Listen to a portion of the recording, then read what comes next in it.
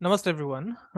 Thank you for joining in this continuing series of learning the Lagna. Okay, so till now we have covered 5 Lagnas, Aries, Taurus, Gemini, Cancer, Leo, and today we'll be looking at Virgo Lagna.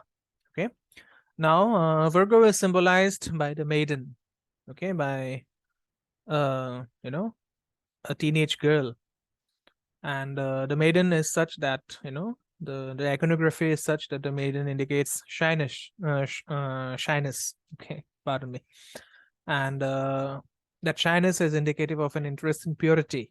Okay, and it also indicates a certain lack of skill in worldly matters, even if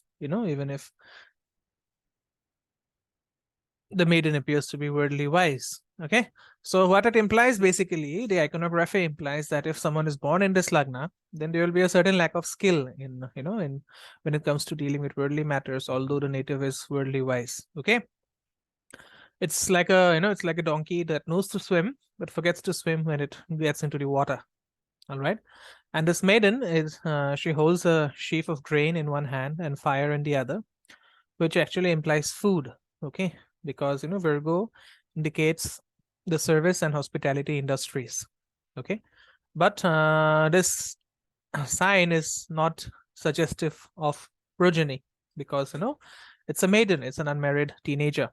All right, now Virgo is the 6th house of the natural zodiac, and so it indicates disease. And since the sun rules the 12th house of hospitals, Virgo people having Virgo ascendant tend to be very interested in hygienics and healthcare, which is one sort of service industry. Okay, and Venus, which is a very natural friend of the Lagna Lord Mercury, it rules both the 9th house of higher learning and also the 2nd house of classical learning. So what it does is it makes these Virgo natives to have a tendency to love classical culture and education, particularly because Jupiter, who signifies education, rules the 4th house of education. Okay, and Virgo ascendant natives are often interested in developing skill at a trade, especially one centered around detail. Okay, because Mercury, which is the Lagna Lord, Mercury is a lord of detail, and also the lord of 10th house of profession. Okay, because Virgo as the 6th house in the natural zodiac also represents the trading. Okay, it represents the trades. Okay, and the trades could be in various fields. All right. Now, Mercury, which is an analytical and calculating planet, it is exalted in the ascendant, and this gives the Virgo natives a propensity for analysis and calculation. Okay, and these natives are also very, they also have very high analytical skills because Mars is the lord of the 3rd house of intelligence. Okay, so Aries, which represents the head, is the 8th house of the Virgo ascendant, and Mars, which is the ruler of Aries, lords both the 8th house and the 3rd house. Okay, so this connection of the head of the intelligence basically with the 8th house often causes a Virgo native to think unusual thoughts.